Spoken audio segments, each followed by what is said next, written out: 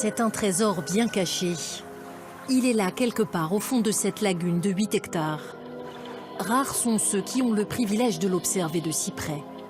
Pour le trouver, il faut bien chercher. Voilà 15 ans que ce passionné se mouille pour ce drôle de petit cheval de mer. Des parties de cache-cache, souvent corsées car l'hippocampe ne se laisse pas approcher si facilement. C'est pas très facile à trouver. Quand on le voit dans l'eau, en fait, on le voit pas parce qu'il tourne le dos, il est vautré au fond et il est très très difficile à distinguer. Il ne ressemble à aucun autre. Mi-cheval, mi-dragon, avec de curieux petits yeux de caméléon. Les tête-à-tête avec lui ont toujours quelque chose d'un peu magique. C'est quand même assez particulier à voir, effectivement. Ça fait toujours plaisir d'en rencontrer un. Et ce qui est intéressant, c'est de voir comment il se comporte. C'est-à-dire, on le voit respirer, on le voit se déplacer en bougeant ses nageoires. Là, ça ondule comme ça. C'est vraiment un poisson assez extraordinaire. Et en même temps, ça a tout d'un poisson. On le voit respirer comme un poisson, on le voit nager comme un poisson. C'est l'emblème du bassin de Thau.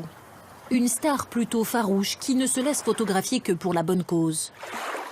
Car derrière chaque cliché, au-delà du spectacle pour les yeux, ces séances photo aquatiques ont surtout un enjeu scientifique. Patrick Louisy et son association recensent et mesurent tous les hippocampes qu'ils croisent dans la lagune. Difficile de savoir combien ils sont, mais une chose est sûre, ceux qui y vivent sont uniques au monde. On l'appelle hippocampe moucheté parce qu'il a des petits points blancs qu'on entrevoit là, notamment au niveau de la tête. Et on l'appelle aussi hippocampe à museau long parce que son museau est relativement long par rapport à la tête. Les hippocampes qu'on trouve dans la lagune de Thau sont une lignée génétique unique et morphologiquement différente de la même espèce d'hippocampe moucheté qu'on peut trouver en mer, en Méditerranée par exemple. Jusqu'en 2005, on ne savait strictement rien de lui. Aucune étude scientifique n'avait encore été menée dans l'Hexagone. Alors ces amoureux s'y sont collés en lançant un vaste programme de sciences participatives. Les élèves des écoles du bassin de Thau sont les premiers mobilisés. Plus tard, ce seront des plongeurs professionnels et amateurs de toute l'Europe invités à envoyer photos et observations. 10 ans après, des milliers de clichés et données ont été collectés. Sur le terrain, riverains et touristes sont toujours régulièrement mis à contribution.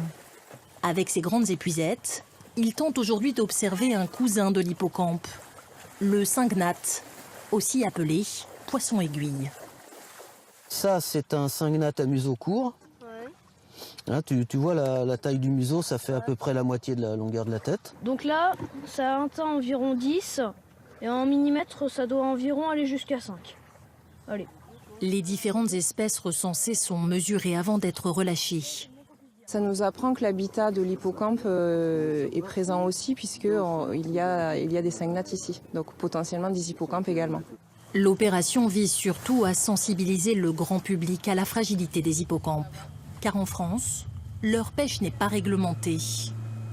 Il y a encore une vingtaine d'années sur le bassin de Thau, les professionnels en pêchaient sans compter.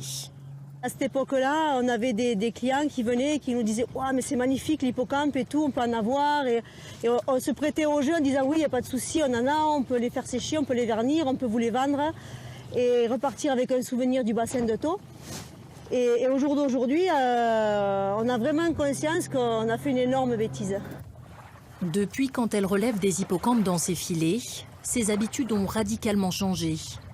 Pour le préserver, la différence avec avant, c'est qu'au jour d'aujourd'hui, quand on pêche les hippocampes, on les rejette aussitôt. Plus question d'aller piocher dans cette ressource, c'est hors de question. 20 millions d'hippocampes sont encore commercialisés chaque année dans le monde. Ils porteraient bonheur à leurs propriétaires. Sur le bassin de Thau, le vrai bonheur, c'est qu'on commence enfin à ne plus croire à ces légendes.